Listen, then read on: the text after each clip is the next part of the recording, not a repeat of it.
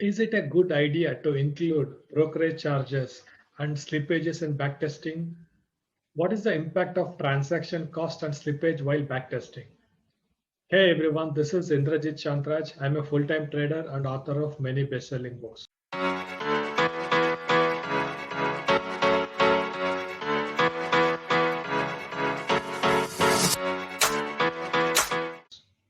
So today I have a simple system which is based on Bollinger Band, and we will see how the different percentage of transaction cost and slippages will have a different result on the outcome.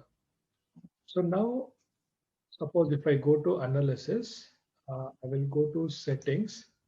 Here, for example, at the moment I have given as 0.03% of the as a commission rates and overall the transaction cost.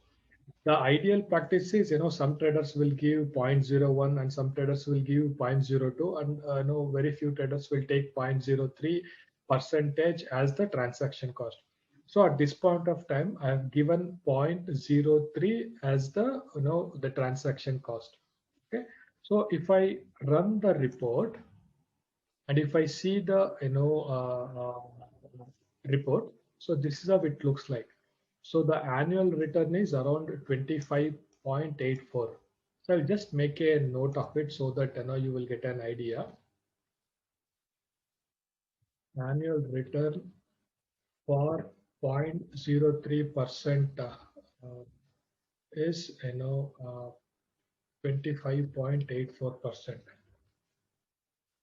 So now I will close this uh, and I will go to settings once again. I will make it 0.02. Okay, so I'll make it 0.02. I'm just reducing just by 0.01. Okay, let us see and let's run the report once again and you can see the difference actually. Can you see this? So when if I reduce 0.01, the overall transaction cost, the annual return jumped to 33.07%. Okay, so I will make a note once again. Annual return for 0.02% is around 33%. Okay. So now what will happen? I will close this once again. Now I will go to settings once again and I will make it as 0.01. Okay. See, I'm not changing any system here. Okay, the same system remains same. Whereas I'm just changing the transaction cost. That's all. That too in terms of percentage. So now with 0.01 transaction cost, I'm going to scan this and backtest this. If I look at the report, see it looks entirely different now. 40.31%. Now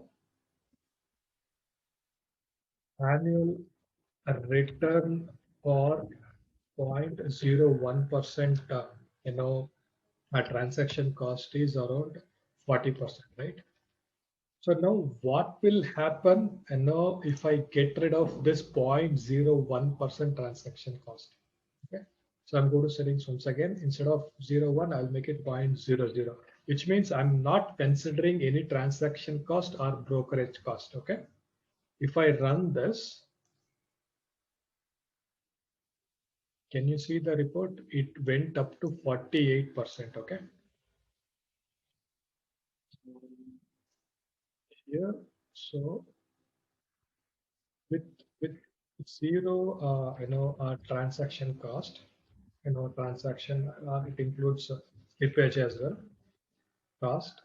The return is around 48%. Okay.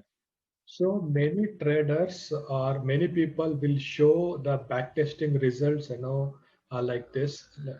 They show the charts or backtesting results like this without considering, the overall transaction cost. However, in the real environment, whenever you buy a trade and you sell a trade, there will be transaction charge, right? Brokerages, STT, taxes, etc., etc. So we need to consider that the transaction cost for backtesting because then only it gives the accurate picture. So what I suggest is, you can, if you're testing in AmiBroker or any other software, so always keep at 0.2 or 0.3. So ideally 0.03 is the better one actually. If you scan and backtest, it gives the value. So the ROI might look smaller, but we have to pay the transaction cost for every trade, right? So this is the better way of backtesting any trading strategy. So we need to consider. So this is the impact of the transaction cost while backtesting. I hope this video is helpful.